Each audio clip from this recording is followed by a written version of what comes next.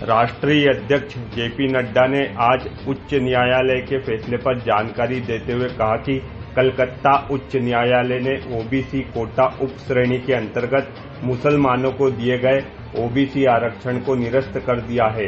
High court ने 2010 से 2024 तक पश्चिम बंगाल में मुसलमानों को जारी किए गए ओबीसी प्रमाण पत्र भी निरस्त कर दिए हैं।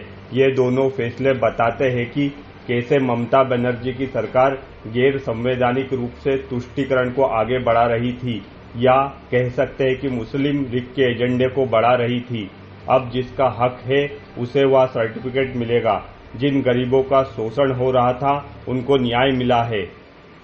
की नीति को आगे बढ़ा रही थी और एक तरीके से कहा जाए तो मुस्लिम लीग के एजेंडा को आगे बढ़ा रही थी। प्रधानमंत्री मोदी जी ने इस चुनाव में बड़े स्पष्ट शब्दों में इस विषय को उठाया कि किस तरीके से ये इंडी गठबंधन, ये घमंडिया गठबंधन, ये ममता, ये राहुल गांधी, ये बाकी सारे टोला जो है, ये किस तरीके से घमंडिया गठबंधन के तहत एक तुष्टीकरण की नीति और तुष्टीकरण के साथ साथ ये सब लोग संविधान की धज्जियां उड़ा रहे हैं। संविधान में साफ लिखा है कि धर्म के आधार पर आरक्षण नहीं होगा, लेकिन यह सब लोग मुस्लिम लीग का एजेंडा, जिस मुस्लिम लीग के एजेंडे के कारण भारत का विभाजन हुआ, उसी को फिर से आगे बढ़ाने का काम ये सारा घमंडिया गठबंधन कर रहा है और तुष्टीकरण की नीति को आगे बढ़ा रहा है। हाई कोर्ट के फैसला आने के बाद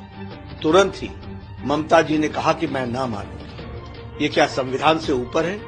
ये संविधान को संभालना इनका काम नहीं है, संविधान की रक्षा करना इनका काम नहीं है। ममता जी ने संविधान की रक्षा की शपथ लेकर के वो मुख्यमंत्री बनी है और संविधान के से ऊपर कोई भी नहीं है। और प्रधानमंत्री जी ने संविधान को दिखाते हुए और संविधान को कोट करते हुए ये बताया कि धर्म के आधार पर इस देश में किसी को आरक्षण नहीं मिलता है। राहुल गांधी ये संविधान की पुस्तिका लेकर के फिरते रहते हैं, लेकिन ऐसे मुद्दों पर जब हाई कोर्ट के तरफ से फैसला आ जाता है और मुस्लिम तुष्टीकरण का पर्दाफाश होता है और मुस्लिम तुष्टीकरण स्पष्ट इन लोगों के एक्टिविटीज के द्वारा, इनके कार्यकलापों के द्वारा स्पष्ट दिखता है, तो ये चुप्पी साधते हैं। ऐसे लोगों को इस चुनाव में भारत की जनता और पश्चिम बंगाल में ममता को पश्चिम बंगाल की जनता सबक सिखाएगी, ये मैं कहना चाहूँ।